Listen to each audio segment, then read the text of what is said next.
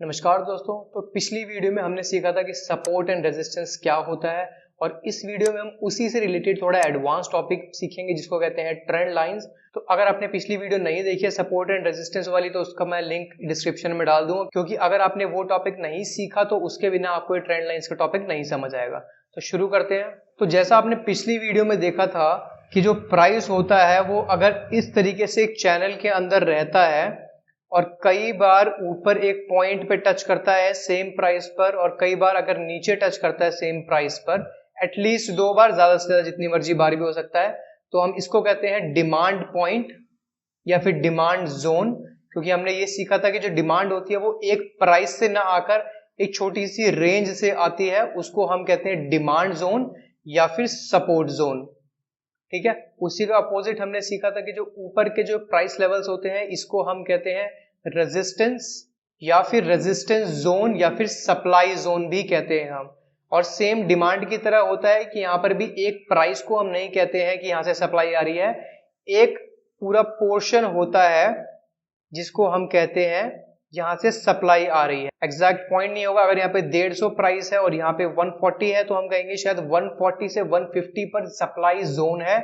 उसी तरह हम डिमांड का कहेंगे डिमांड जोन भी 100 से लेके शायद 90 से डिमांड जोन है। और इस वीडियो में हम बात करेंगे एक एडवांस टॉपिक के ऊपर जिसको कहते हैं ट्रेंड लाइंस, और जो कि डिमांड और सप्लाई का ही एक पार्ट होता है। हमने पिछली वीडियो में देखा था जो लाइंस हम खींचते हैं वो बिल्कुल हॉरिजॉन्टल लाइन होती है, इस तरीके से बिल्कुल स्ट्रेट लाइन खींचते थे हम, और हमने चार्ट से भी सीखा था इसी तरीके से हम उसको प्राइस को बना रहे थे और इसके बीच को प्राइस को हम कह रहे थे कि ये यहाँ पर प्राइस स्टेबल हो गया या फिर कंसोलिडेट हो रहा है। लेकिन इसके हॉरिजॉन्टल के साथ साथ एक और तरीका होता है जिससे कि प्राइस थोड़ा स्टेबल होता है और एक तरफ मूवमेंट दिखाता है, जो कि हमको ट्रेंड लाइन दिखाता है। तो इस स्लाइड के अंदर हम बात करेंगे एक एक्टिवा स्कूटर के प्राइस की, ताकि हम समझ पाए कि ट्रेंड लाइन होता क्या है, उसके पीछे का लॉजिक क्या होता है रियल लाइफ के अंदर अगर हम बात करें तो हम इसके ऊपर एग्जांपल लेंगे एक्टिवा स्कूटर का हाई प्राइस और लो प्राइस के बारे में बात करेंगे। और इसके अंदर हमने वाई एक्सिस के ऊपर ले रखा है स्कूटर का प्राइस। यहाँ पर आप देख रहे हैं कि 50,000 से स्टार्ट होकर 1,10,000 तक जा रहा है, और एक्स एक्सिस के ऊपर हमने ले रखा है इसका ईयर 2010 से लेकर 2025 तक जा रहा है। तो हम स्टार्ट करते हैं सबसे पहले इसके हाई प्राइस से। हाई प्राइस को हम रेड कलर से डिनोट करेंगे और इसका जो लो प्राइस है उसको हम ग्रीन कलर से डिनोट करेंगे, ताकि आपको बहुत इजी हो जाए। ठीक है, तो शुरू करते हैं। सबसे पहले हम लो प्राइस से शुरू करते हैं इसके, और हम मानते हैं कि जो 2010 के अंदर इसका लो प्राइस था वो 50,000 था, और 2012 के अंदर जो एक्टिवा का लो प्राइस था, लो मतलब सबसे कम उस साल के अंदर कितने का जो स्कूटर था वो बिका था। ठीक है, तो हम मान के चलते हैं वो 60,000 का बिका था। 2014 के अंदर मान के चलते हैं हम 70,000 का बिका था। इसी तरीके से 2016 में हम मानते हैं कि कम से कम वो 80,000 का बिका था। 2018 में हम मानते हैं कि कम से कम वो 90,000 का बिका था, और 2020 के अंदर मानते हैं वो बिका था 1 लाख का, और 2025 के अंदर बिका था कम से कम 1,10,000 रुपए का। ठीक है, और इसके बाद ही अगर हम अब हाई प्राइस की बात करते हैं कि कम से कम प्राइस तो हमने ले लिया, लेकिन ज्यादा से ज्यादा प्राइस भी हो सकता है ना, क्योंकि सेल्समैन क्या करता है कि कोशिश करता है कि कई बार जो भी कस्टमर है अगर किसी को भी वो ज्यादा का बेच सके तो वो ज्यादा का भी बेचता है। तो मानते हैं कि 2010 के अंदर जो एक्टिवा स्कूटर सबसे महंगा कंपनी ने बेचा था वो 55,000 का बिका था, वो यहाँ पे लिख देते हैं। 2012 के अंदर हम मान के चलते हैं 65,000 का बिका था, और 2014 के अंदर हम मान के चलते हैं वो अराउंड 80,000 का ही बेचा था उसने, ऐसा एग्जांपल लगा के चल लेते हैं। उसके बाद 2016 के अंदर हम मान के चलते हैं कि उसने 90,000 का बेच दिया, और 2018 के अंदर हम मानते हैं कि उसने सीधा 1 लाख का बेच दिया, और 2018 के अंदर मानते हैं उसने 1,05,000 का बेच दिया। अगले साल उसने फिर और महंगा करा, और अगले साल जो उसका हाई प्राइस था वो और ऊपर चला गया। ठीक है, आपको समझ आ गया है लॉजिक। अब होगा क्या अगर हम इस प्राइस को जोड़ दे इस तरीके से एक लाइन में, और इस ग्रीन प्राइस को भी अगर हम जोड़ दें एक लाइन से, तो होता क्या है कि एक तरीके से प्राइस का चैनल बन जाता है। कि इससे हमको समझ आता है, जैसे हमने सपोर्ट एंड रेजिस्टेंस से अंदर बात करी थी कि जो प्राइस होता है वो हॉरिजॉन्टली ऊपर नीचे होता है, लेकिन जब एक चैनल के बारे में बात करते हैं जो कि हॉरिजॉन्टल ना हो तो उसको कहते हैं एक ट्रेंड लाइन। और ये प्राइस ऊपर तो गया और इस ट्रेंड में गया कि ये ऊपर इस तरीके से जा रहा था कि हाई जाता था तो अराउंड इतना जाता था, फिर लो चला जाता था अगले साल पे इतना। फिर ऊपर जाता था, फिर नीचे जाता था। तो इस तरीके से अगर हमने बात करी पिछले 15 साल के अंदर एक्टिवा का प्राइस तो ऊपर गया है और एक पैटर्न के अंदर वो ऊपर गया है और वो एक ट्रेंड लाइन को फॉलो कर रहा था। अगर मैं आपसे पूछूंगा इसका ट्रेंड क्या था प्राइस का, तो आपने मेरी अगर ट्रेंड वाली वीडियोस देखी है तो आप समझ जाओगे कि प्राइस का ट्रेंड ऊपर की तरफ ही है, क्योंकि कोई चीज महंगी हो रही होती है कंटिन्यूअसली तो हम उसको कहते हैं कि वो एक ही ट्रेंड में जा रहा है और वो महंगा हो रहा है, मतलब उसका प्राइस बढ़ रहा है। और उसी तरीके से हम सिंपल कह सकते हैं जो एक्टिवा स्कूटर का प्राइस था वो ऊपर की तरफ ट्रेंड में जा रहा था और एक चैनल बना के प्राइस को ऊपर लेके जा रहा था, जिसको हम कहते हैं ट्रेंड लाइन।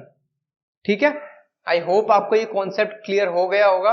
और ट्रेंड लाइन ऑपोजिट डायरेक्शन में भी हो सकता है, अगर प्राइस नीचे जा रहा है ऊपर की जगह और सेम एक तरीके से जा रहा है। फॉर एग्जांपल अगर यहाँ पे प्राइस जो था वो 100 था, फिर यहाँ पर 90 हो गया, फिर 80 हो गया, फिर 70 हो गया, फिर 60 हो गया, तो आप कहोगे कि ये एक ट्रेंड में जा रहा है, 10 रुपए से बार बार ये हर साल नीचे हो रहा है। तो अगर आपसे कोई बोलेगा कि ट्रेंड के हिसाब से हमें बताओ कि अगर आज की वैल्यू उसकी 100 रुपए है और हर साल वो 10 से कम हो रहा है, तो उसकी अप्रोक्सीमेटली 5 साल बाद वैल्यू क्या होगी। तो आप इस 10 रुपए को 5 से मल्टीप्लाई करोगे 50, इसको 50 से माइनस करोगे और आप कहोगे कि अगर ये इसी तरीके से ट्रेंड चला तो इसका जो फ्यूचर का 5 साल बाद का प्राइस है वो 50 रुपए हो जाएगा। आई होप आपको ये कॉन्सेप्ट समझ आ गया होगा। इसका लॉजिक सिर्फ ये है, जैसे हम सपोर्ट रेजिस्टेंस के अंदर बात कर रहे थे कि हम प्राइस को प्रिडिक्ट करने की कोशिश करते हैं कि प्राइस किस तरफ जा सकता है अगर वो उसका चैनल टूटेगा, तो वैसे ही सेम हम इसके अंदर भी कॉन्सेप्ट लगाते हैं कि अगर प्राइस एक तरफ मूव कर रहा है एक ही चैनल के अंदर और उसके बाद अगर वो चैनल टूटती है तो क्या होगा। फॉर एन एग्जाम्पल अगर प्राइस इस तरीके से एक चैनल के अंदर नीचे जा रहा है कि यहां तक प्राइस आता है, फिर नीचे चला जाता है, फिर ऊपर जाता है, फिर अराउंड नीचे चला जाता है, फिर ऊपर जाता है, फिर नीचे, और इसी तरीके से चैनल में मूव कर रहा है। और उसी तरीके से क्या होता है कि प्राइस एक बार आके फिर ऐसे स्टेबल होने लग जाता है कि ना वो इसके ऊपर वाली लाइन को टच करेगा और ना ही नीचे वाले एवरेज को टच करता है। और ये एवरेज हमने खुद देख के बनाए होते हैं कि हम विजुअली चार्ट्स को देखते हैं कि किस तरीके से एक पॉसिबल ट्रेंड लाइन बन सकती है। मैं भी आपको चार्ट्स पर जाके दिखाऊंगा कि किस तरीके से बनाते हैं। और होगा क्या, ये जब ये इस तरीके से स्टेबल हो जाएगा तो हमारा पिछले वाला कॉन्सेप्ट ही लग जाता है इसके अंदर, जो हमने सपोर्ट और रेजिस्टेंस के बारे में बात करी थी। अब यहां से 3 चीजें हो सकती हैं। एक तो हो सकता है कि यहां से प्राइस सेम ही काफी टाइम तक एक रेंज में रहे। दूसरा हो सकता है कि जो ये ऊपर की ट्रेंड लाइन है इसको ब्रेक करके ऊपर चला जाए प्राइस। ऊपर की ट्रेंड लाइन मतलब कि जो ये ट्रेंड लाइन है, नीचे की मतलब ये है, और इस पूरे को हम क्या कहेंगे, एक चैनल कहेंगे। इस तरीके से हमने पिछली वीडियो में सीखा था। और एक तो हो सकता है जैसे हमने सीख लिया कि प्राइस यहां से टूट के ऊपर चला जाए। दूसरा हो सकता है कि ये एकदम से और नीचे एकदम से प्राइस चला जाए और नीचे वाली ट्रेंड लाइन को भी तोड़ दे प्राइस। ठीक है, तो 3 पॉसिबिलिटी हो सकती है, जैसे एक नॉर्मल सपोर्ट रेजिस्टेंस के अंदर होती है और ये भी एक सपोर्ट रेजिस्टेंस ही होता है, बट ये हॉरिजॉन्टल ना होकर किसी ट्रेंड के अंदर जा रहा होता है। किसी भी तरफ हो सकता है, ये ऊपर की तरफ भी हो सकता है और ये नीचे की तरफ भी हो सकता है। अगला कॉन्सेप्ट है स्क्वीजिंग ट्रेंड लाइन का। स्क्वीजिंग का मतलब है कि जरूरी नहीं जैसे हमने सपोर्ट रेजिस्टेंस में करा था कि इसका गैप बिल्कुल सेम होगा हमेशा, लेकिन क्या होगा अगर जो प्राइस है वो सेम तरीके से ऊपर ना जाए और इस तरीके से ऊपर जाए कि जो उसका जो सपोर्ट है वो भी ऊपर की तरफ जा रहा है। अगर आप देखोगे इस वाली ट्रेंड लाइन के अंदर ये होगी फर्स्ट ट्रेंड लाइन, और अगर मैं एक और दूसरी ट्रेंड लाइन अगर बनाता हूं तो इन दोनों में फर्क ये है कि इन दोनों के बीच का गैप सेम है। अगर आप यहां पर देखोगे इसका भी गैप सेम है, यहां पर भी गैप सेम है, यहां पर भी गैप सेम है। लेकिन अगर आप दूसरे वाले के अंदर देखोगे तो आपको देखने को मिलेगा कि यहां पर इसका गैप बड़ा था, यहां गैप थोड़ा सा छोटा हुआ और यहां गैप और छोटा हो गया। तो इसको कहते हैं स्क्वीजिंग ट्रेंड लाइंस। अब मैं आपको इसका एक रियल लाइफ एग्जांपल देता हूं कि क्या होता है अगर हम एक्टिवा स्कूटर की ही बारे में बात करते हैं और हम मान के चलते हैं जो उसका ऊपर का प्राइस था वो तो इस तरीके से जा रहा था, लेकिन क्या होता है कि अगर उसका लो का जो प्राइस था, मतलब कि जो उसका सपोर्ट था वो ऊपर चला जाए तो हम इसका मतलब क्या है, ये चार्ट हमको बता क्या रहा है, हम इसके बारे में बात करते हैं। इसका मतलब ये है कि अगर जो प्राइस डिफरेंस हाई और लो के अंदर था वो यहाँ पे 100 रुपए का था, और यहां पर जो उसका हाई और लो का डिफरेंस 80 का था, और यहां हाई और लो का डिफरेंस 70 का हो गया, यहां 50 का हो गया, और यहां शायद 20 का हो गया। इसका मतलब ये है कि जो सेलर है ना, जो बेचने वाला है, अब वो इतना डिस्काउंट ऑफर नहीं कर रहा है। पहले तो वो क्या करता था कि कई लोग आते थे, अगर यहाँ पे वो 150 की बेचता था तो कई लोगों को 50 की भी बेच देता था, इसलिए 50 रुपए का उसको डिफरेंस मिलता था हाई और लो में। लेकिन अब क्या हो गया है कि अगर ये 150 की बेच रहा है हाईएस्ट, महंगी से महंगी, तो सस्ती से सस्ती सिर्फ 140 रुपए की बेच रहा है। ऐसा वो क्यों करेगा? दो रीजन से करेगा, क्योंकि उसको पता है कि मार्केट के अंदर डिमांड बढ़ रही है और लोगों को अगर मैं महंगा बेचूंगा वो तब भी लेंगे। और दूसरा रीजन ये होता है जो हमने पिछले डिमांड और सप्लाई के अंदर सीखा था कि सप्लायर मार्केट के अंदर कम है लेकिन खरीदार ज्यादा है। और इसका रिजल्ट क्या होगा कि जब भी ये इस तरीके से स्क्वीज हो जाती है ट्रेंड लाइन, इसका मतलब है कि यहां पर जो बेचने वाला है वो कोई डिस्काउंट दे ही नहीं रहा और मार्केट में डिमांड बढ़े ही जा रही है। आपको कैसे पता डिमांड बढ़ रही है? क्योंकि ये प्राइस ऊपर की तरफ ही जा रहा है, और मैंने आपको सिखाया था जब भी प्राइस ऊपर की तरफ जाता है इसका स्ट्रेट मतलब यही होता है कि डिमांड बढ़ रही है। और अब यहाँ पे एक और सिचुएशन हो गई है कि यहाँ पर जो बेचने वाला है वो डिस्काउंट ऑफर ही नहीं कर रहा है। वो कह रहा है कि भाई मैं 1.5 लाख की बेच रहा हूं, लेनी है तो लो, नहीं लेनी तो मत लो। और हो क्या रहा है, तब भी लोग ले रहे हैं। अब क्या होगा कि मार्केट में प्राइस और ऊपर हो जाएगा। तो जब भी असेंडिंग तरीके से ट्रेंड लाइन बनती है और इसका जब भी ब्रेकआउट होता है तो ये प्राइस और ऊपर चला जाता है। हमने ब्रेकआउट और ब्रेकडाउन पिछली वीडियो में सीख लिया था। प्लीज अगर आपको नहीं समझ आ रहा तो पिछली वीडियो को फिर से देख लो ताकि आपके कॉन्सेप्ट क्लियर हो जाए। तो अभी तक हमको सिर्फ ये चीजें समझ आई है कि जो ट्रेंड लाइन होता है वो इस तरीके से भी हो सकता है हॉरिजॉन्टल, इस तरीके से भी हो सकता है असेंडिंग चैनल। असेंडिंग चैनल मतलब प्राइस ऊपर की तरफ जा रहा है एक चैनल के अंदर, और जो ये ऊपर वाली लाइन होती है इसको हम कहेंगे रेजिस्टेंस। जैसे हम हॉरिजॉन्टल वाली के अंदर इसको रेजिस्टेंस कहते थे, और जैसे जो नीचे वाली है हम इसको कहेंगे सपोर्ट लाइन। जिस तरीके से हम हॉरिजॉन्टल में इसको सपोर्ट कहते थे, इसके चैनल के अंदर भी हम इसको सपोर्ट कहेंगे। तीसरा हमने सीखा कि प्राइस अगर असेंडिंग चैनल में है तो वो चैनल स्क्वीजिंग भी हो सकती है। और ऐसा क्यों होता है कि जब डिमांड बढ़े जा रही है और जो सेलर है वो डिस्काउंट ऑफर करने के लिए रेडी नहीं है, क्योंकि उसको दिख रहा है अगर वो प्राइस बढ़ाएगा तब भी उसकी डिमांड उतनी ही है और बढ़ सकती है। और अगर प्राइस यहां से एक स्टेबल होने के बाद ऊपर की तरफ जाता है तो उसको फिर से कहते हैं कि प्राइस का ब्रेकआउट हो गया है। तो अगला टॉपिक भाई बहुत इंपॉर्टेंट है, इसको थोड़ा ध्यान से समझ लेना। और ये लिखा है जहां से आया है वहीं जाएगा। इसका क्या मतलब है, अगर किसी चीज की प्राइस ऊपर जा रही है और उसके बाद आप देखते हो कि प्राइस इस तरीके से स्टेबल होने लग जाता है, और इसके बाद चांसेस होते हैं, जैसे मैंने लिखा जहां से आया है वहीं जाएगा, तो प्राइस कहां से आया है, नीचे से ऊपर आया है, तो इसका मतलब है कि इसके ब्रेकआउट ऊपर होने के चांसेस ज्यादा है। मतलब जहां से आया है, नीचे से आया है ऊपर, तो ऊपर आया है तो ऊपर ही जाएगा।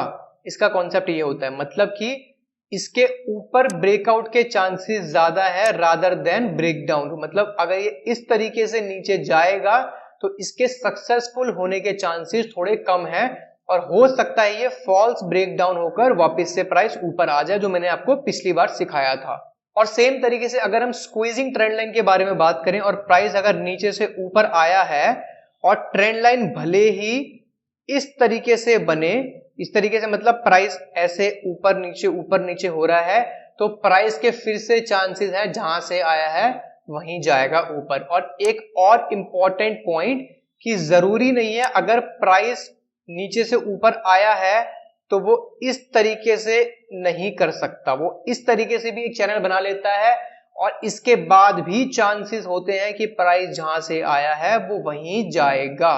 तो अगर मैं आपको एक छोटी सी ड्राइंग बना के दिखा रहा हूं तो आप थोड़ा ध्यान से देखना कि ये आपको किस तरीके की ड्राइंग लग रही है। ये आपको देखने में क्या लग रहा है? क्या ये एक फ्लैग की तरह लग रहा है?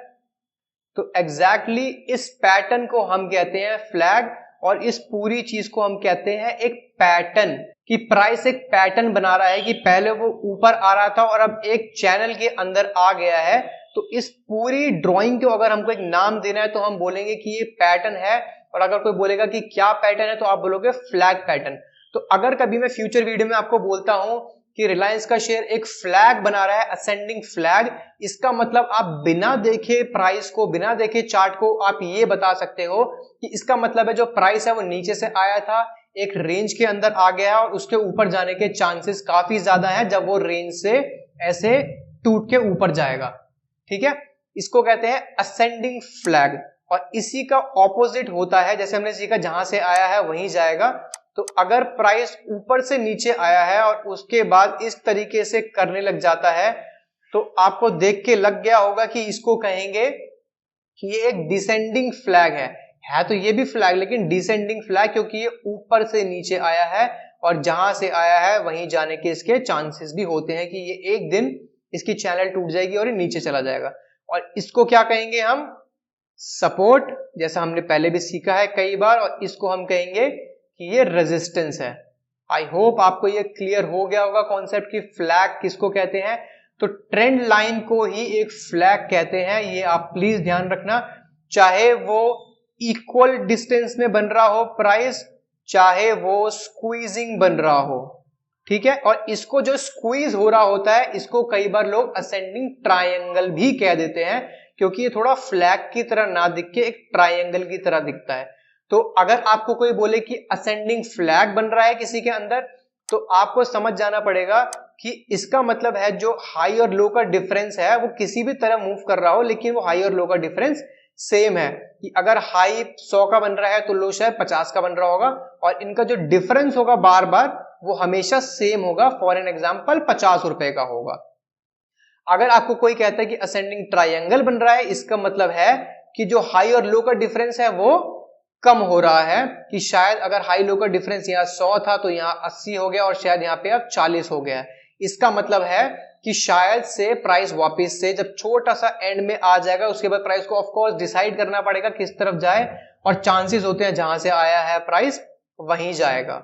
और मैंने आपको पिछली वीडियो में टाइम फ्रेम के भी कॉन्सेप्ट समझाए थे। टाइम फ्रेम का सिंपल कॉन्सेप्ट है, अगर आप इंट्राडे पे ट्रेड कर रहे हो और आपको इस तरीके से फ्लैग पैटर्न बनता हुआ दिख रहा है, मतलब एक ट्रेंड लाइन आपको दिख रही है, और इसका अगर ब्रेकआउट आता है तो इसके ब्रेकआउट फेल होने के चांसेस भी काफी ज्यादा होते हैं। हो सकता है प्राइस वापस नीचे आ जाए और इसी ट्रेंड लाइन के अंदर वापस आ जाए। और अब आप शायद समझ गए होंगे कि मैं क्या बताऊंगा। अगर आप डेली चार्ट देख रहे हो तो हो सकता है प्राइस ऐसे ऊपर आया, ऐसे ऐसे करके नीचे से ऊपर गया, तो चांसेस है इसके सक्सेस होने के ज्यादा चांसेस हैं। और अगर आप मंथली देख रहे हो उसके बाद इस तरीके से प्राइस बनता है और ऊपर चला जाता है तो इसके बहुत ज्यादा प्रोबेबिलिटी है कि प्राइस कंटिन्यू करेगा ऊपर की तरफ। और एक और बात दोस्तों, पिक्चर परफेक्ट कभी भी एग्जांपल नहीं होता। पिक्चर परफेक्ट का मतलब होता है कि जरूरी नहीं आप एक सेकंड में चार्ट को देख के बता दोगे कि भाई ये इस तरीके से बना है, अब ये फ्लैग बन गया है। कई बार क्या होता है आपको थोड़ा सा, जैसे हमने सपोर्ट रेजिस्टेंस देखा था ना कि एक जोन होता है ना कि एक प्राइस होता है, उस तरीके से क्या हो सकता है कि प्राइस ऐसे ऊपर गया, नीचे गया, फिर यहां तक गया, हो सकता है इस तरीके का प्राइस बने। तो आप समझ जाना कि यार प्राइस हाई इतना जा रहा है बार बार या फिर इतना जा रहा है, और लो प्राइस इतना जा रहा है या फिर इतना जा रहा है। तो ओवरऑल अगर आप पिक्चर देखोगे तो आपको वो फ्लैग ही दिखेगा, और इसके चांसेस वही हैं कि जहां से ये आया है ये वहीं जाएगा। तो अगर आपको यहां से फ्लैग पैटर्न नीचे से ऊपर जाता हुआ दिखता है, और अगर आपको इसका ब्रेक डाउन मिलता है, मतलब कि अगर प्राइस नीचे की तरफ जाता है, तो आपका प्लान ये होना चाहिए कि आप इसके अंदर ट्रेड बिल्कुल भी नहीं लोगे। आप ये नहीं सोचोगे कि प्राइस नीचे की तरफ जा रहा है, इसके अंदर ट्रेड ले लेता हूं। आपका गोल होना चाहिए आप वेट करो कि क्या ये फॉल्स ब्रेकआउट है। अगर प्राइस वापस से चैनल के अंदर आ जाता है तो आप एक बाय का ट्रेड कर सकते हो, आप बाइंग कर सकते हो। और क्योंकि चांसेस है कि आपने नोटिस किया है कि पिछली बार जितनी भी बार ये नीचे की तरफ आया है, मतलब अपनी सपोर्ट लाइन पर आया है, सपोर्ट ट्रेंड लाइन पर आया है, उतनी बार ये ऊपर रेजिस्टेंस लाइन पर भी गया है। तो आप क्या कर सकते हो, यहां पर जैसे ही वापस से चैनल के अंदर अगर आता है फॉल्स ब्रेकडाउन के बाद, आप बाय कर सकते हो और आपको उम्मीद होगी कि प्राइस वापस यहाँ पर जाएगा, क्योंकि हमने बात करी थी हिस्ट्री वापस से रिपीट होती है। तो एक बार हम वापस से रिफ्रेश कर लेते हैं कि अभी तक हमने यहाँ पे क्या क्या सीखा है। पहला कॉन्सेप्ट हमने सीखा है कि प्राइस फ्लैग हो सकता है, कि मतलब चैनल में प्राइस का जो डिफरेंस होगा वो सेम होगा। दूसरा हमने सीखा कि फ्लैग असेंडिंग ट्रायंगल भी हो सकता है, और फ्लैग इस तरीके से भी बन सकता है, अगर नीचे से आया है उसके बाद भी इस तरीके का भी बन सकता है और इस तरीके का भी बन सकता है। हमको बस ये देखना है कि ये आया कहां से है, उस तरफ ही जाने के चांसेस ज्यादा होते हैं, उस तरफ का ही हम ब्रेक की उम्मीद लगाते हैं, उसी चीज का हम वेट करते हैं। और अगर ये नीचे की तरफ से आया है, आप समझ गए हो अभी तक कि ये सेम तरीके से अगर आप इसको रिवर्स कर दोगे तो हम उसको डिसेंडिंग ट्रायंगल या डिसेंडिंग फ्लैग या डिसेंडिंग ट्रेंड लाइन कह देते हैं। आई होप आपको समझ आ गया होगा। और इसको हम कहते हैं सपोर्ट और इसको हम कहते हैं रेजिस्टेंस ट्रेंड लाइन या फिर रेजिस्टेंस लाइन। और एक और चीज आपको लग रहा होगा, भले रिपीट कर रहा है बट ये बहुत इंपॉर्टेंट पॉइंट है आपको समझाने के लिए, इसको हम कहेंगे कि ये सारे डिमांड जोन है, क्योंकि यहां से बाइंग आ रही है, और ये सारे इसके सप्लाई जोन है। ठीक है, अब एक बहुत इंपॉर्टेंट टॉपिक है जिसको कहते हैं हम हायर हाई। हायर हाई का मतलब होता है कि जब प्राइस हमने बात करी कि इस तरीके से ऊपर जा रहा है एक चैनल के अंदर, इसका सिंपल मतलब क्या है? अगर हम सिर्फ इसके हाइज पर फोकस करें प्राइस के, तो आप देखोगे कि जो इसका हाई प्राइस है ना, वो यहां से ऊपर गया और वापस से इसका हाई प्राइस ऊपर गया, और वापस से हाई प्राइस अगर यहां तक चला गया तो उसको कहेंगे कि प्राइस ऊपर चला गया। इसका मतलब है, इसको हम एक टर्म दे देते हैं कि प्राइस अपना हायर हाई बना रहा है। और अगला कॉन्सेप्ट है लोअर हाई का, कि इसका मतलब है अगर आप लो पर फोकस करोगे तो आप देखोगे कि जो लो भी है वो बार बार ऊपर जा रहा है। ठीक है, तो जब भी हायर हाई और लोअर हाई मिल जाते हैं तभी एक ट्रेंड लाइन बनती है। ठीक है, आई होप आपको समझ आ गया होगा। और किस तरह की ट्रेंड लाइन बनती है? जब भी higher high plus lower high मिल जाते हैं तो एक ऊपर की तरफ की ट्रेंड लाइन बनती है, और इसका मतलब होता है कि प्राइस वापस से ऊपर की तरफ जा सकता है। आपको इस वर्ड पे बिल्कुल फोकस करना पड़ेगा, या बहुत बार सुनोगे फ्यूचर के अंदर कि हायर हाई बन रहा है, ट्रेंड लाइन बन रही है, असेंडिंग ट्रायंगल बन रहे हैं। इन चीजों पे आपको फोकस करना पड़ेगा, आपको ये टर्म्स याद रखनी पड़ेंगी। अगला कॉन्सेप्ट है लोअर हाइज का। मान के चलते जो ये सारे पॉइंट्स हैं वो हमको हाई प्राइस बता रहे हैं दिन का। तो अगर हमने देखा जो हाई प्राइस ये था, उसके बाद हाई प्राइस यहां था, फिर यहां था, फिर यहां था, फिर यहां था, इसका मतलब जो हाई प्राइस है वो लो बना रहा है, तो हम इसको कहेंगे कि ये लोअर हाइज बन रहे हैं। तो इसी तरीके से अगर प्राइस का जो लो पॉइंट है वो भी नीचे जा रहा है बार बार, तो हम उसको कहेंगे कि ये लोअर लो बना रहा है प्राइस। तो सिर्फ एक कॉन्वर्सेशन में बात करते हैं कि मान लो अगर मैं आपको आगे कहता हूं कि भाई एक एप्पल का शेयर है जो हायर हाई बना रहा है, मैंने सिर्फ इतना बोला आपको और कोई बात नहीं करी, तो आप इससे क्या डिसीजन लोगे?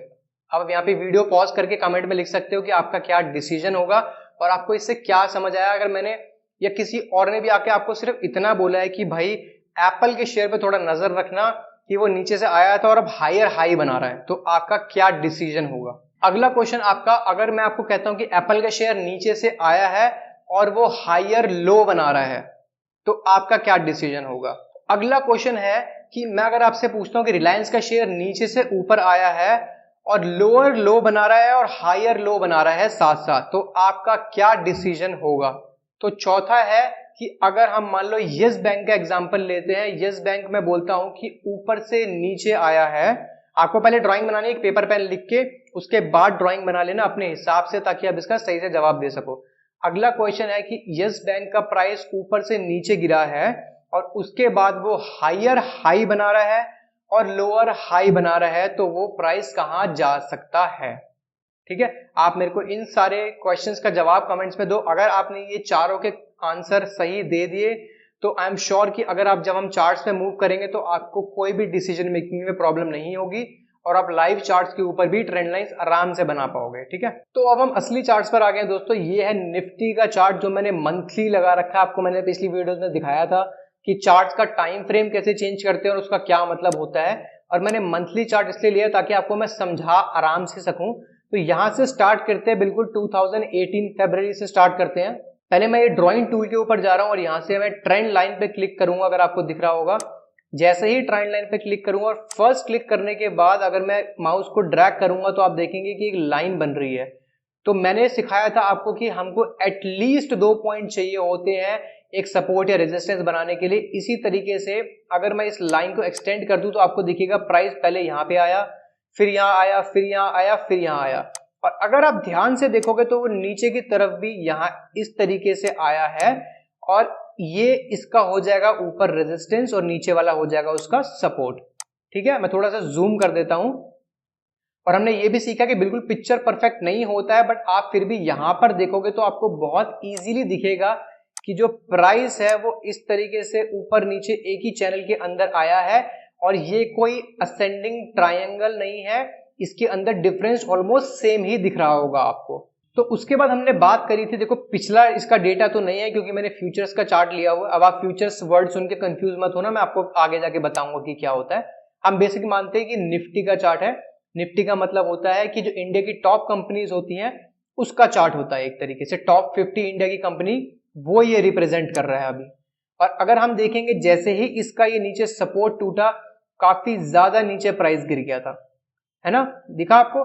और जब भी क्या होता है कि अगर ऊपर की चैनल हमारी नहीं टूटी तो हम उसको आगे एक्सटेंड भी कर सकते हैं, क्योंकि हमने देखा कि प्राइस एक बार यहाँ आया, यहाँ आया, यहाँ आया, यहाँ आया, 4 बार प्राइस आया था, कि इसका मतलब है प्राइस जब भी इस प्राइस के पास आता है, इस ट्रेंड लाइन को फॉलो करता है, तो प्राइस वहां पर रिएक्ट करता है, चाहे वो ऊपर जाए चाहे वो नीचे जाए। और अगर मैं इसको भी एक्सटेंड कर देता हूं, ऑल्दो जब एक बार एक तरफ ट्रेंड लाइन टूट जाती है तो उसका बस एक ही मोटिव रह जाता है देखने का कि क्या वो सक्सेसफुल ब्रेकआउट या ब्रेकडाउन था या नहीं। तो नीचे का तो वो ब्रेकडाउन हो गया और वो सक्सेसफुल था, क्योंकि प्राइस बहुत नीचे गया है। आपको देखने में छोटा लग रहा होगा लेकिन ये काफी ज्यादा प्राइस फॉल है। उसके बाद क्या हुआ, अगर मैं इस वाली लाइन को चलो डिलीट भी नहीं करता, अगर आपको दिखा देता हूं कि वापस से यहां से प्राइस वापस से इस चैनल के अंदर आया और इसी कैंडल ने ऊपर की जो ट्रेंड लाइन थी, इसका मतलब रेजिस्टेंस जो था उसको भी ब्रेक कर दिया। और वही हुआ दोस्तों जो हमने अभी सीखा था कि प्राइस जो है वो वन डायरेक्शन में ऊपर की तरफ गया है। ये देखो, अगर आप देखोगे कि प्राइस यहां से यहां तक कितना अच्छा प्राइस ऊपर गया है, ठीक है। और उसके बाद अब मैं आपको दिखाता हूं, एक काइंड ऑफ फ्लैग दिखाता हूं। ये देखो, अगर मैं मान लो कि यहां से यहां तक ये एक लाइन बना देता हूं और उसके बाद यहां पर अगर हम एक ट्रेंड लाइन बना देते हैं और एक ट्रेंड लाइन हम यहां बना देते हैं। अब हमने सीखा था कि प्राइस जहां से आया है वहीं जाएगा, तो पहली बात तो प्राइस नीचे से ऊपर गया है, ठीक है। उसके बाद आप देखोगे कि इस पॉइंट पे थोड़ा थोड़ा बाहर आ रहा है ट्रेंड लाइन के, क्योंकि हमने बात करी पिक्चर परफेक्ट कुछ भी नहीं होता है। एग्जांपल देखने में आपको विजुअलाइज करके अपने आप से प्रैक्टिस करके ही समझ आएगा कि कहां पर आपको फ्लैग दिख रहा है, कहां पर आपको असेंडिंग ट्रायंगल दिख रहे हैं, ये सारी आपको तभी चीजें दिखेंगी।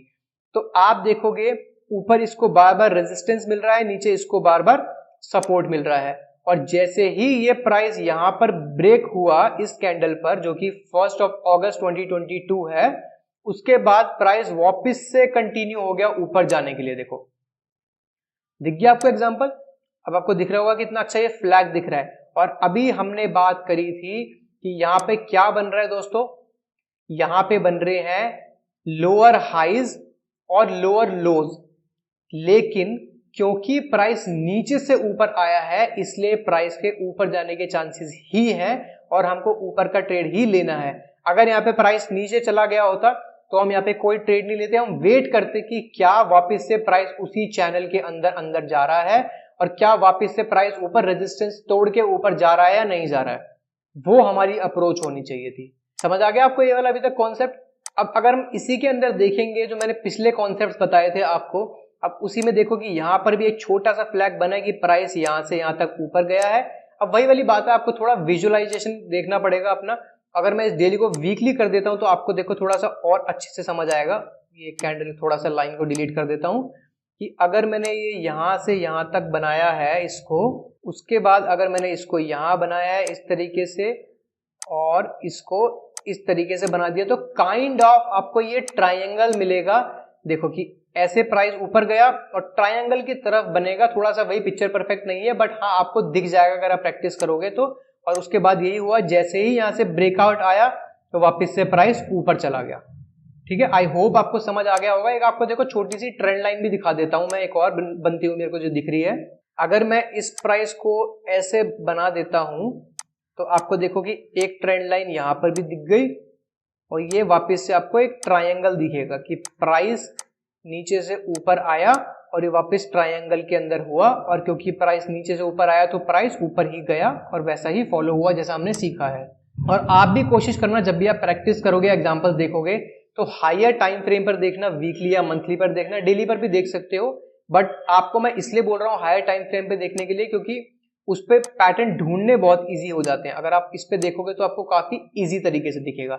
अब मैं आपको एक ऐसा चार्ट दिखा देता हूं जिसका प्राइस नीचे गिर रहा हो, ताकि हम डिसेंडिंग एग्जांपल भी देख सकें कि नीचे की तरफ ट्रेंड लाइन कैसे बनती है जब प्राइस जाता है, और नीचे के लिए रिवर्स और इनवर्ट ट्राइंगल्स और फ्लैग्स कैसे बनते हैं। तो दोस्तों ये है यस बैंक का चार्ट। मैं आपको एक बहुत सुंदर एग्जांपल दिखाता हूं कि प्राइस ऊपर से नीचे आया यहां तक, ठीक है, उसके बाद क्या हुआ कि यहां पर अगर आपको दिख रहा होगा एक छोटा सा आपको एक ट्रायंगल फॉर्म दिखेगा कि प्राइस ऊपर से नीचे गिरा, एक ट्रायंगल में आया और ब्रेकआउट होकर ऊपर चला गया। और हमने बात करी कि प्राइस जहां से आया है वहीं जाएगा और आपको रिवर्स ट्रेड नहीं लेना।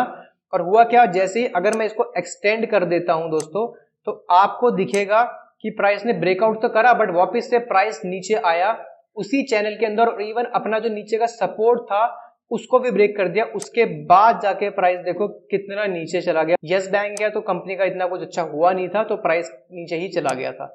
आई होप आपको यहाँ पे समझ आ गया होगा। और एक आपको बहुत ही सुंदर ट्रेंड लाइन दिखाता हूँ कि देखो अगर हमको सिर्फ ट्रेंड लाइन बनानी हो तो मैं यहाँ पे इस तरीके से एक ट्रेंड लाइन बना सकता हूँ कि प्राइस यहाँ से यहाँ था, उसके बाद क्या हुआ, नीचे से प्राइस आया था ऊपर, काफी सारा अच्छा सा कंसोलिडेशन हुआ, हमने सीखा था इसको कंसोलिडेशन कहते हैं। प्राइस यहाँ इस कैंडल से नीचे गया, लेकिन हमने कोई भी यहाँ पर एंट्री या ट्रेड नहीं लेना है। क्यों? क्योंकि हमने सीखा है कि हमको सिर्फ बाइंग देखनी है अगर वो नीचे से प्राइस आया और कंसोलिडेशन हुआ है, अगर फ्लैग बन रहा है तो। अगर मैं इसी को एक्सटेंड कर दूं तो आप देखोगे कि जो पहले ये वाली लाइन नीचे वाली इस यहां तक के लिए इसका सपोर्ट थी, उसके बाद जब प्राइस नीचे गिर गया उसके बाद यही लाइन इसको रेजिस्टेंस दे रही है कि ये प्राइस ऊपर जा ही नहीं पा रहा। और जैसे ही यहां पर ये प्राइस वापस से इस चैनल के अंदर आया था, इसने इस वाले रेजिस्टेंस को ब्रेक किया, अपने पुराने वाले रेजिस्टेंस को ब्रेक किया, और उसके बाद प्राइस देखो कितना अच्छा वन साइड ऊपर गया है। और अगर अब आपकी विजुअलाइजेशन अच्छी हो गई है तो आप देख सकते हो कि यहाँ पर एक बहुत ही अच्छा एक पैटर्न दिखेगा आपको कि यहाँ पर भी एक फ्लैग बनेगा आपको ट्रायंगल टाइप का, ये इसका पोल है, इसको पोल कहते हैं, और ये इसका कंसोलिडेशन हो गया अच्छा सा, देखो दिख रहा है आपको। उसके बाद वापस से ऊपर टूटा, प्राइस ब्रेकआउट आया, फिर प्राइस ऊपर गया। इसी तरीके से आप प्रैक्टिस करो एंड आई एम श्योर कि आपको ये कॉन्सेप्ट समझ आएगा। हायर टाइम फ्रेम पे प्रैक्टिस करो। अगर आपको डाउट्स आ रहे हैं तो आप वापस से देखो इस वीडियो को एंड आई एम श्योर आपको सारे डाउट्स क्लियर हो जाएंगे। और इसी को कहते हैं एक थोड़ा सा एडवांस सपोर्ट और रेजिस्टेंस बनाना, जिसको हम ट्रेंड लाइन कहते हैं। सपोर्ट और रेजिस्टेंस हमने सीखा था कि एक हॉरिजॉन्टल लाइन से बनाते हैं, लेकिन जब सपोर्ट और रेजिस्टेंस एक ट्रेंड के अंदर फॉलो करता है तो हम उससे रिलेटेड एक ट्रेंड लाइन बनाते हैं। तो एक डायरेक्शन के अंदर उसका सपोर्ट या रेजिस्टेंस मूव होने लग जाता है कि सपोर्ट शायद ऊपर की तरफ जाने लग जाएगा और रेजिस्टेंस भी ऊपर की तरफ जाने लग जाएगा, तो मतलब कि इसका हायर हाइज और हायर लोज बन रहे हैं तो प्राइस ऊपर जाता है, और लोअर हाइज और लोअर लो बन रहे हैं तो प्राइस नीचे से जा रहा है। लेकिन हमको मेन देखना है कि प्राइस कहां से आया है। और thank you for watching this video. और मैं आपको रेकमेंड करूंगा कि जिस भी सीक्वेंस में मैं वीडियोस लाता हूं आप उसी सीक्वेंस में देखो, क्योंकि क्या होता है कि काफी बार जो अगली वीडियो होती है वो पिछली वीडियो से रिलेटेड ही लाता हूं मैं, ताकि आपकी जो लर्निंग कर्व है वो अच्छे से ऊपर की तरफ बने और आपके लर्निंग कर्व का भी एक हायर हाई बनता रहे। Thank you for watching this video, bye.